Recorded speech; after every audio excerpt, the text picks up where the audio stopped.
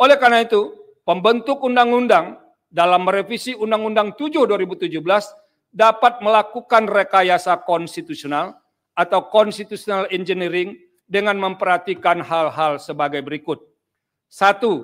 Semua partai politik peserta pemilu berhak mengusulkan pasangan calon presiden dan wakil presiden. 2.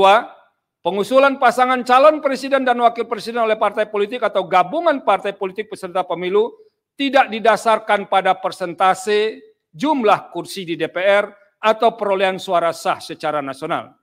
3. Dalam mengusulkan pasangan calon presiden dan wakil presiden, partai politik peserta pemilu dapat bergabung sepanjang gabungan partai politik peserta pemilu tersebut tidak menyebabkan dominasi partai politik atau gabungan partai politik sehingga menyebabkan terbatasnya pasangan calon presiden dan wakil presiden serta terbatasnya pilihan pemilih. 4. Partai politik peserta pemilu yang tidak mengusulkan pasangan calon presiden dan wakil presiden dikenakan sanksi larangan mengikuti pemilu periode berikutnya. Dan yang kelima, perumusan rekayasa konstitusional dimaksud termasuk perubahan Undang-Undang 7 2017 melibatkan partisipasi semua pihak yang memiliki perhatian atau concern terhadap penyelenggaraan pemilu, termasuk partai politik yang tidak memperoleh kursi di DPR dengan menerapkan prinsip partisipasi publik yang bermakna, meaningful participation.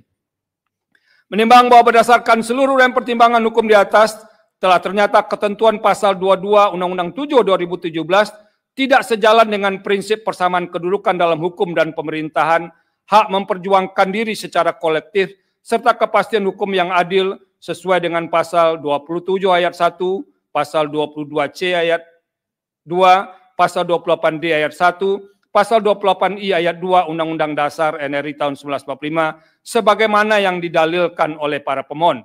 Dengan demikian, dalil pemohon adalah beralasan menurut hukum untuk seluruhnya. Menimbang bahwa terhadap hal-hal lain tidak dipertimbangkan lebih lanjut karena dinilai tidak ada relevansinya. Konklusi, berdasarkan penilaian atas fakta dan hukum sebagaimana diuraikan di atas, Mahkamah berkesimpulan 4.1, 4.2, 4.3 dianggap telah diucapkan. Berdasarkan Undang-Undang Dasar NRI tahun 1945, Undang-Undang 24 tahun 2003 tentang Mahkamah Konstitusi dan selanjutnya dianggap telah diucapkan. Amar putusan mengadili. 1. Mengabulkan permohonan para pemohon untuk seluruhnya. 2. Menyatakan norma pasal 222 Undang-Undang Nomor 7 Tahun 2017 tentang Pemilihan Umum Lembaga Negara Republik Indonesia tahun 2017 nomor 182, tambahan Lembaga Negara Republik Indonesia nomor 6109, bertentangan dengan Undang-Undang Dasar Negara Republik Indonesia tahun 1945 dan tidak mempunyai kekuatan hukum mengikat.